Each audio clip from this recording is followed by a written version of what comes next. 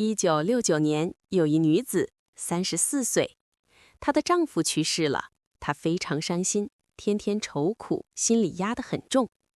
因为长时间的悲伤，她的身体也跟着出了很多毛病。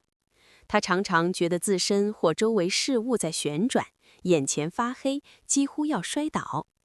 躺在床上时，觉得床在摇，物品在动，身体会突然抖动，肌肉不由自主地跳，耳朵嗡嗡响，听不清楚。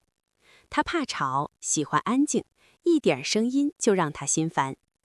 脾气变得急躁，胸与胸两侧常常胀痛，没有食欲，肚脐以上的肚子胀，口不渴，也不想喝水，月经不正常，颜色暗且粘头，大小便还算正常。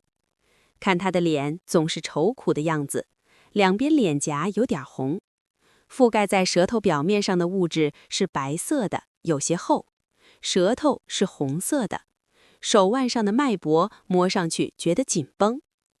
医生一开始觉得她是因为悲痛导致体内气堵塞而运行不畅，这积聚的气产生了内热，像火一样扰乱了身体。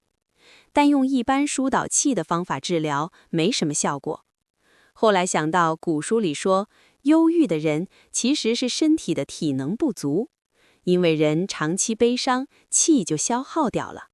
气少了，身体的各个部位的动能也就随着减弱，所以才会有上述症状。脸颊泛红是体能、热能不足而外散导致的，这就像一盏快燃尽的油灯，最后的火苗会突然向上窜起，并四散开来。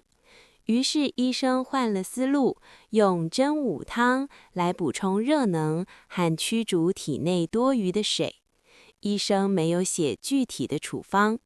经过3个月的治疗，他的身体恢复了。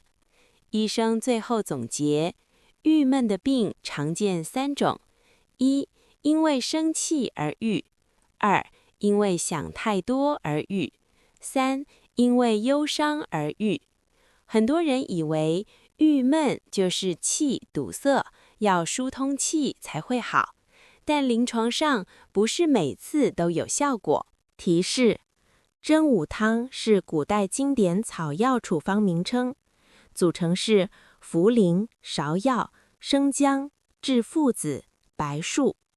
真武汤的核心意义在于补充热能与排除体内多余的水。对应的症状有多个，包括站立不稳，几乎要摔倒，觉得自身或周围事物在旋转，眼前发黑，身体会突然抖动，肌肉不由自主地跳动。有人把真武汤理解成在寒冷的冬日里给快要冻僵的生命点燃了一盆火，并把泛滥的水灾排走。血，中医名称，是极精微物质经过气化后产生的，它负责滋养润滑我们全身，也是我们精神和思维活动的物质基础。血不同于 blood。